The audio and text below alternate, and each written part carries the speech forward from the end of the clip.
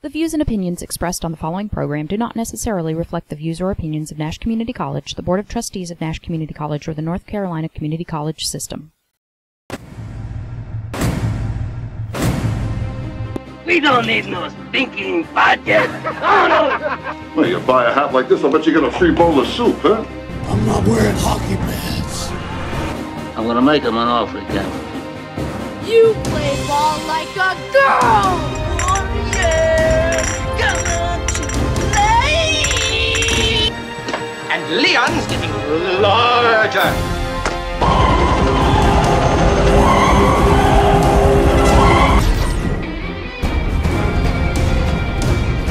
Nothing but pure and simple old-fashioned communism. But I was going into Toshi Station to pick up some power converters. Well, thank you very much. Can I be in charge for a while?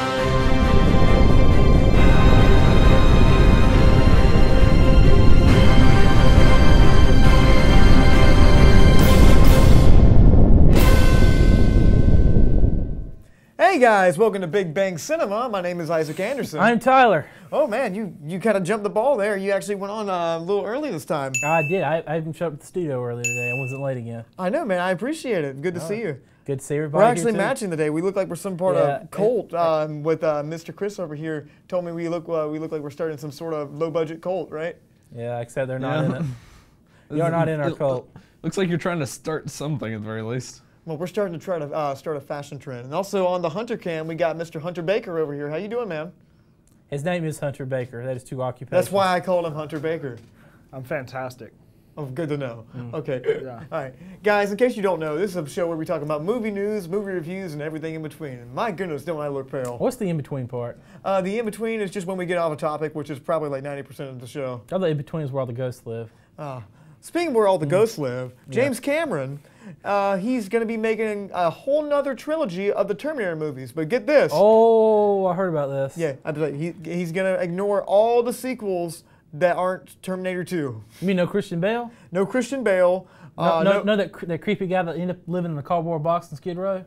Who is it? Oh, the John Connor guy. Yeah, he got on crack and like, well, not the other one that on crack, not Edward Furlong, but the other one that got on crack. Yeah, I know what you're talking about. Yeah, he ended up in a box. The guy that was Claire Danes. Claire Danes' boyfriend. Yeah, in that. You remember Terminator 3: Rise of the Machines? Yeah, that guy just disappeared. Well, that movie doesn't exist anymore. He said the movies are going to almost be like a bad dream. Are you serious? I'm dead serious. But the last one was so good. Just. Well, hold on, let me think. Which one was the last one? Was that one with Sam Worthington? It's Terminator Genisys. Genisys. It's supposed to be Terminator Genesis, but it's not spelled that way. It's the one with the little blonde girl from Game of Thrones. It was really dumb. Yeah, I remember that. Yeah, I mean, I like looking at her, but I just didn't like the movie. Yeah, I like looking at her too, but also Jai Courtney's in that movie. Oh, Christina Loken was in that. Yeah, I like looking at her too. She was pretty funny. Yeah, I mean, I think she did a good job. I mean, she was. It's been a while since I've seen the movie, but it's an early Chris Hardwick role. She was very lifeless, and I thought she did a good job. I mean, she's a robot. I mean, but yeah, James Cameron's finally getting behind the director's chair for 3 new movies. It's going to be starring Arnold Schwarzenegger and Linda Hamilton, which starred in the original 2 movies as Sarah Connor, which I'm really excited for. You know, she still kind of, sort of retained her, her looks from the movies. You hear me say it? Is he going to raise the bar? Well, you say that every single time. I think it's understated. I think South Park said it enough. They're going to raise the bar. I think they will. I think they're going to raise the bar. They said they're going to make it a Terminator film that James Cameron would make, but make it more into the modern world we live in. So we're not going to have this anymore? We're not going to have that anymore. That's a guilty pleasure movie of mine. I don't know what it is. Is it Sam Worthington? Is that no, it's just, I don't know. I just like the cinematography of it. It's just kind of my, I don't know. It's been a while since I've seen the movie. It might suck. Oh, Anton Yelvik is in this movie. Yeah, I know. He's in it too. But yeah, it's like all the sequels after this have been critically really terribly received.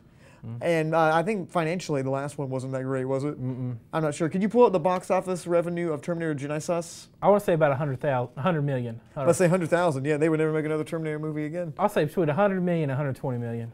I mean, I don't know. Possibly 2. Now I'm pushing that to 2. 100 million, 200 million. That's where I say. But I think that James Cameron is actually, coming back to a franchise like this. I think he's been in Avatar world for a very, very long time. But I'm really happy that he's actually going to come back and try something that's not going to suck. Hopefully. See, you know it's going to be bad when they had Jai Courtney in it. Well, yeah, they got. He has got the world's greatest agent. I swear this guy's got the world's best agent in Hollywood. He does, and I don't think he's going to be in this franchise anymore, and neither is Emilia Clarke. But I mean, I don't know what kind of story would they tell with this? Sir, you have news? Terminator Genesis, 440.6 million. What? Is that all it made? Yeah. For real? What was the budget? 155 million. That's terrible. Yeah. That is awful. I'm talking about 26% on Rotten Tomatoes as well. 26. Oh yeah, that's not good. So a quarter and a penny. Quarter and a penny. A quarter and a penny. That's not a good score if you want another sequel. So they brought Mr. James Cameron back from Avatar World in order to do that. But I mean, also speaking about James Cameron has also put out some Avatar 2 photos with a bunch of young people supposed to star in the film. And I think we got a picture up here. It's kind of got a wide array of. Oh, it's just gonna be a Disney Channel. It does look like a Disney Channel original movie. Yeah. It's got a lot of Native American kids. Where's Zach and Cody at? I thought they were gonna be on this too. Where's Zach? I know and this Cody? looks like a Native American Zach and Cody. Yeah, but, that reminds. I saw that picture. I was trying to think of what it reminded me of because it didn't look like it. See, I feel like a little snakes will swirl across the screen and say Disney Channel. Now you said it. That's exactly what it reminds me I didn't of. even realize it. It totally does look like Disney Channel. To me, it looks more like ABC Family movie because it looks like they're trying to be a little edgier than Disney. They are. Sir, Freeform. Yeah, Freeform now. Get right. It doesn't exist anymore. ABC Family's dead. Oh yeah, because it sounds too PC. We got to say Freeform because we're free. But I mean, yeah, that's the cast of Avatar 2. A lot of these kids are going to be playing the Natiri and Jake Sully, the main characters of the first Avatar's kids. So I mean, obviously they're going to be in motion capture gear. Like seeing this right now, the effects kind of hold up. I feel like now we're going to get like in a completely different realm of effects. See, furries are real big now. This is what I'm worried about. This is what I'm worried about here, man. I'm really worried about this right now. This is going to become a furry fan service movie. That's what I'm worried about. What is a furry? Can you tell the people at home what a furry is? You know what a furry is, sir. Well, tell everybody what this is. No, let's not do that. Okay. But he's talking about for real friends that you get at Target. Yeah. But I mean, the first movie's been so long. I don't know. Is the impact still going to be there? I believe the impact will still be there because it's probably going to be another Western where he just throws aliens in it. I think it's going to be another. Because Uriah's first one was just Dancing with Aliens. Yeah, it was Dancing with Aliens. Dancing with Aliens. But I mean, I think this one too, especially he's really driving home that these, the natives of the land of Pandora, and he cast a bunch of Native American kids to play the kids, and apparently one of them is supposed to be raised in this place called Hell's Gate. In the movie, and he kind of wants to get away from that, and he might be an antagonist for the film. But I don't know. Do you think people are going to rush out to the theater to see Avatar 2? Well, as I remember, this came out 11 years ago. Yeah. That was 11 years ago. That is so far gone. The steam's gone. I mean, I heard they opened up, but they try to endorse about the new one by opening up a theme park in Disney World. They already have, yeah. Yeah, and it's just, I mean. That's where those pictures were taken, actually. Now, if this came out 3 years after the first one came out, I could see a lot of people flocking because, I mean, it was still big. I mean, there were people killing themselves because this wasn't real. Yeah. I'm not lying. People were committing suicide. That's a real phenomenon, by the way. Yeah. People were killing themselves because they didn't think this would never exist. So, I mean, all that, it's gone, man. I mean, the Avatar obsession is over. Yeah, but I don't know. Maybe it'll be good. Maybe it won't be. But speaking about maybe good and maybe not, J.J. Abrams. J.J. Yeah, apparently. You told me this a little earlier. I wasn't even going to talk about this. J.J. Abrams, our favorite Chili's of the Movies director. He's going to be directing a anime movie adaptation of Your Name. And Your Name has become the highest grossing anime films of all time. Yeah. It was released in Japan. It's about a girl who lives in the country and a boy lives in the city. And they kind of she wants to live in the city, he wants to live in the country. And they wake up, they're switching bodies and they're trying to figure out. Well, I haven't seen the film because I don't like reading subtitles. So that's the gist I got of it. And everybody's saying it's like a new milestone in animation. And they said the story was like a romance story. So it made I'm guessing I think the last one checked was 400 million. 400 million. I mean, these are micro budgets too, so 400 million.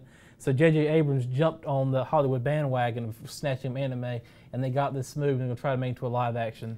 Yeah, I think he's only going to produce it. I don't think he's going to direct it. So producing's a very loose term.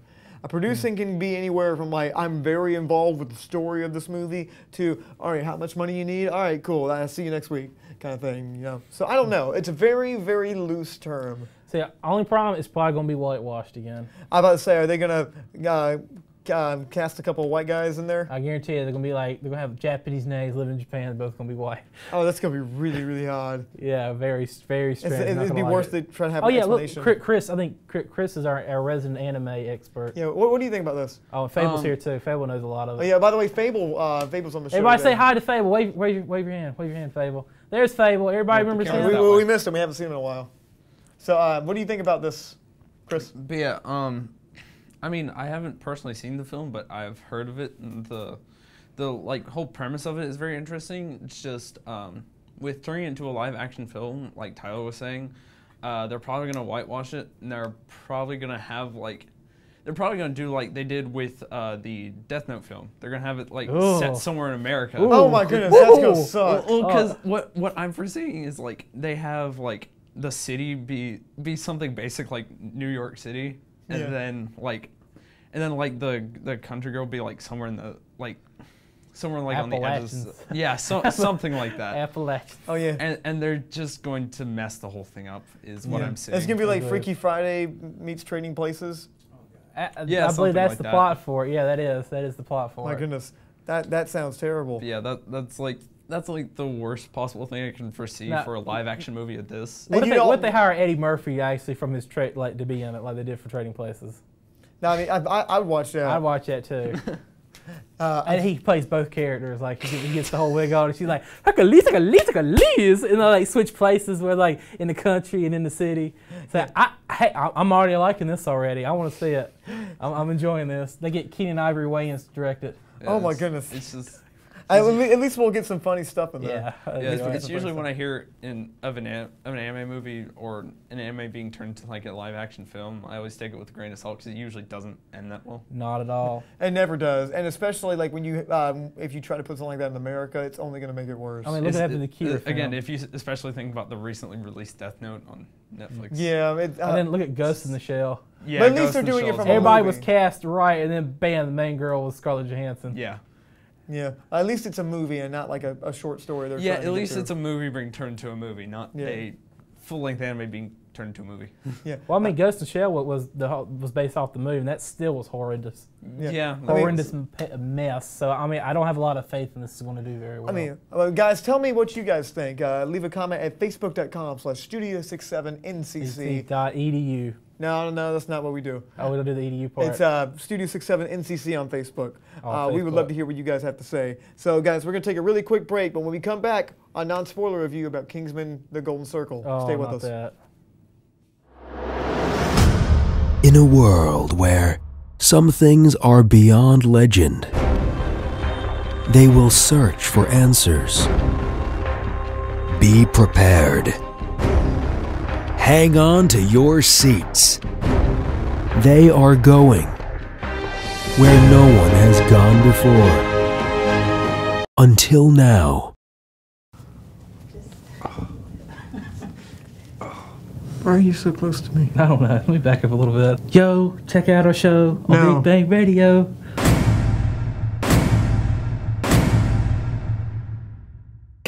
No. Okay.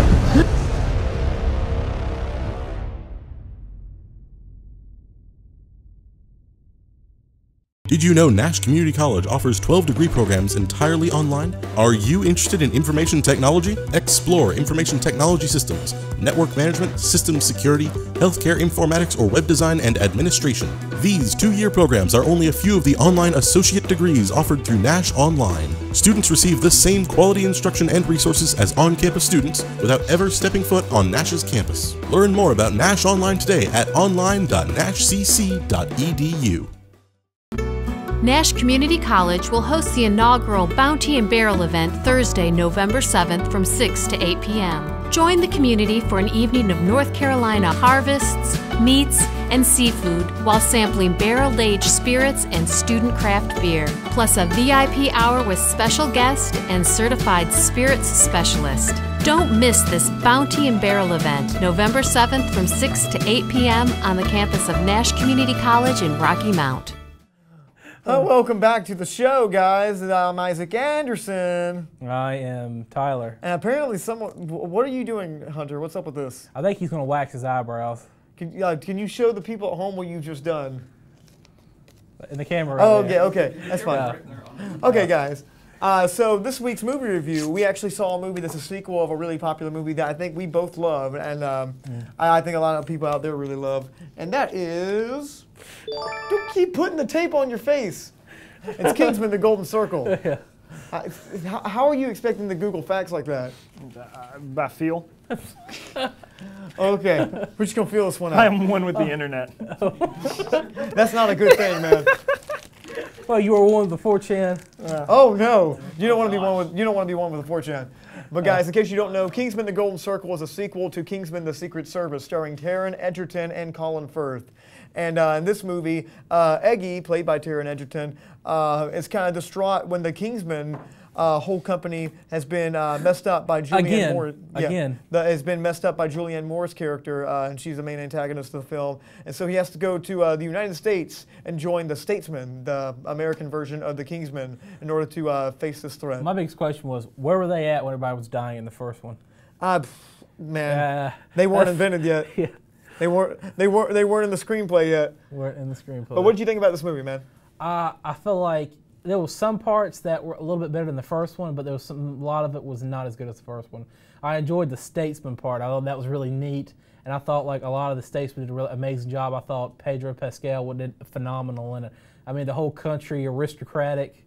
It was so neat. Jeff Bridges was Jeff Bridges in it. I'm about to say, I feel like they only had Jeff Bridges on set for like one day. Yeah. And they just... Let's go to the state. We're going to do that voice in all Heath movie. Hey, I'm Jeff Bridges. They call me Champ.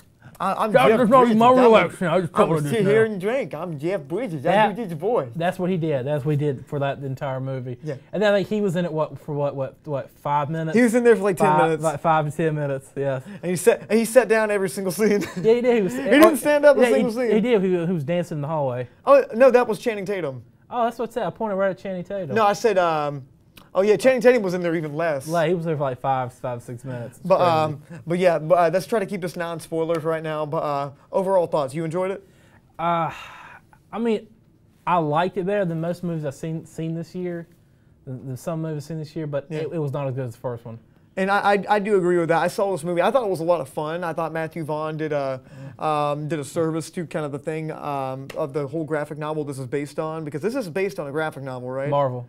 Yeah, it's really Miller. fun, and it's got this really kind of funky, kind of weird, quirky tone to it that I really dig. Matthew Vaughn's perfect director for that kind of thing. I really enjoy the first one. This one reminded me a lot of the first one, a lot of the same beats, a few different things here and there. You know, Colin Firth's character definitely has a bit of a change in this. I felt like that was a little rushed, but you think about you got a henchman who wears prosthetics, deadly prosthetics. I mean, that was something like the first one. I felt like it was like the same one, just kind of remixed. Yeah, same plot points remixed. I mean, the villain is just so weird. Like, you know, Julianne Moore's character, you know, she's kind of stuck in this Americana 50s, 60s kind of thing. She has her own like little outpost in the Alps somewhere. No, it wasn't the Alps, man. Oh, where was it? That was down there in the it was Peru. Oh, whatever. Darkest Peru, man. There's trees there, but the Alps is cold and snow. Yeah, I know. Well, they were in the Alps at one point, weren't they? Yeah, they were skiing in the Alps. Yeah, I know. I got it mixed up. It's been a while since I've seen this movie. But yeah, I mean, like 3 days since you've seen this movie. No, I was gonna say it was about a week ago. But yeah, I mean, her character was okay. I thought some of the action was a little bit cartoony for edge parts. That kind of took me out of it. The style got a little bit too stylistic at times. You know, we don't even get 5 minutes in the movie, we get into an action scene. And that was probably the best action scene in the movie for me, is the beginning one. And there were some fun moments, you know, some fun villains and everything. Overall, I enjoyed the film. You know, it wasn't the greatest movie I've ever seen. I didn't think it was as good as the first one. But I left kind of, you know, intrigued. And Elton John also makes a pretty long cameo in this, which is fun. I didn't like his cameo that much. Oh yeah? It was kind of stupid. Can I ask you two a question? Yeah. Does this suffer from like a lot of the problems that sequels do, in which the how do you escalate the story to like higher stakes? Is it running into issues with that? Like how do you make the villain and the threat larger? Yeah. And it felt like they did something just to make the threat larger, and it's like a really kind of cheap thing in there that they throw in.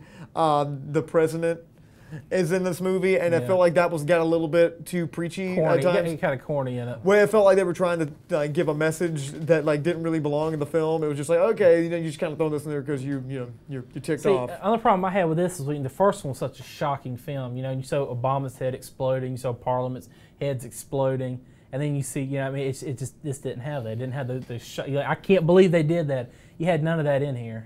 Yeah, you had a few moments in there like that, like they tried to do something like that. Something crazy. And we'll go to we're going to do an in-depth movie review after the show that we're going to post later on our Facebook page. But there's a moment in here where I think they really tried to push it to that level of like the first one, like with Parliament's heads exploding. They did do some interesting risks, like a lot of the characters from the first movie. They kind of set them aside, and they don't really. No, they didn't set them aside. No, wait. Okay. Well, but we can't talk about that right now. It's not a spoiler. And do you see like a third movie coming after this? I definitely do see a third. I do. And I see a spinoff coming off of this too. Probably a Statesman film, which I mean, I like the Statesman in this. I can see it probably a good film. I just feel like that would be kind of missing something there. I feel like they tried to expand the world in a way that.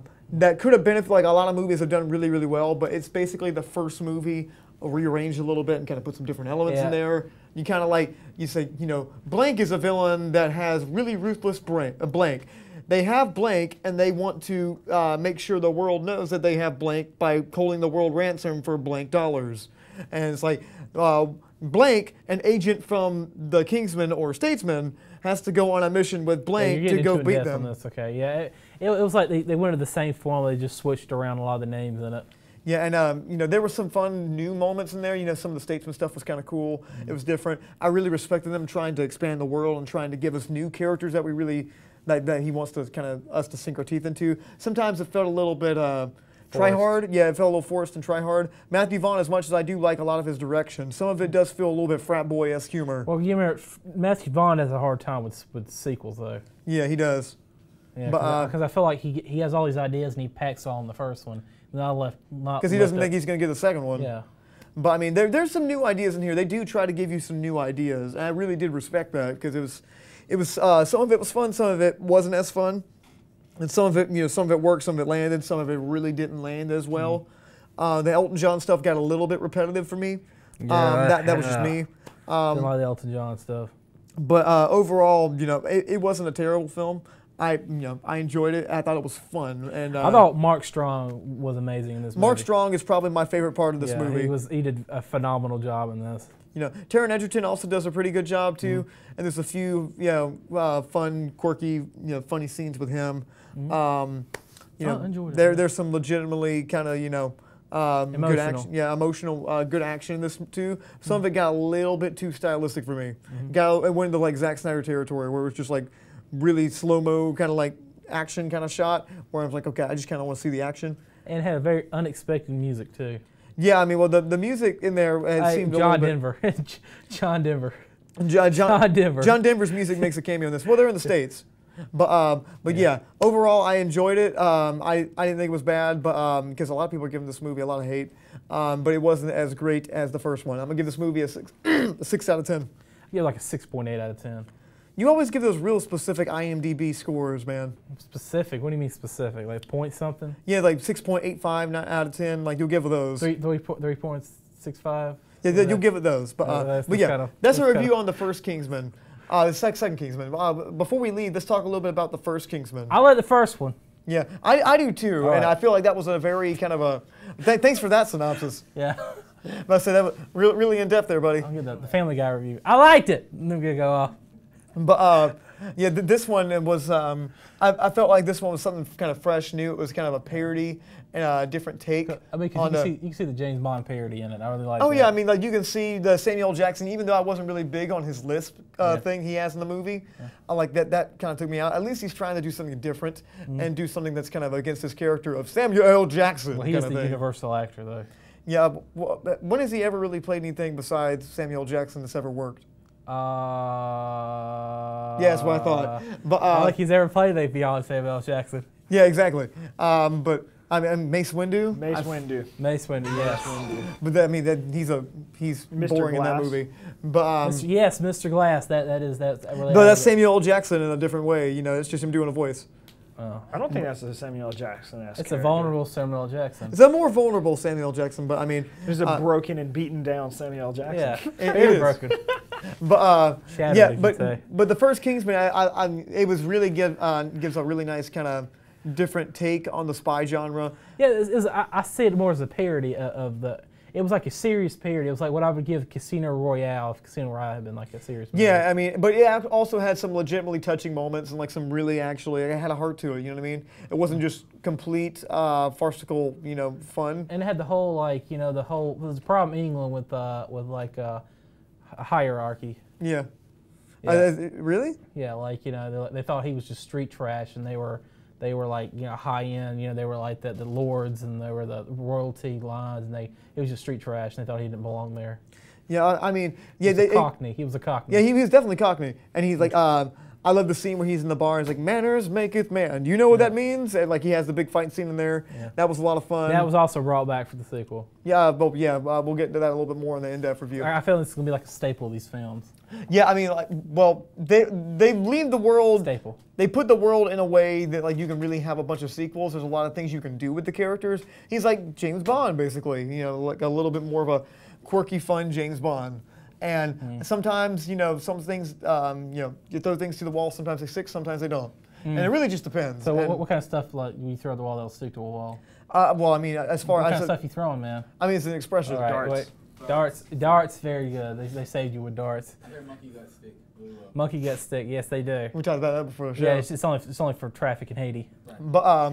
But yeah, I mean, this movie is a lot of fun. It came out in like February or January or something like that. It's the death month of movies. Well, honestly, I feel like the death month for movies could open up and be a new good time for movies because you know if you want nothing competing, you release it in February. Yeah, but I mean it's a hard month to get through, but I mean they definitely did, and you know even though we weren't the biggest fans of the newest Kingsman, I didn't it wasn't the worst thing in the world.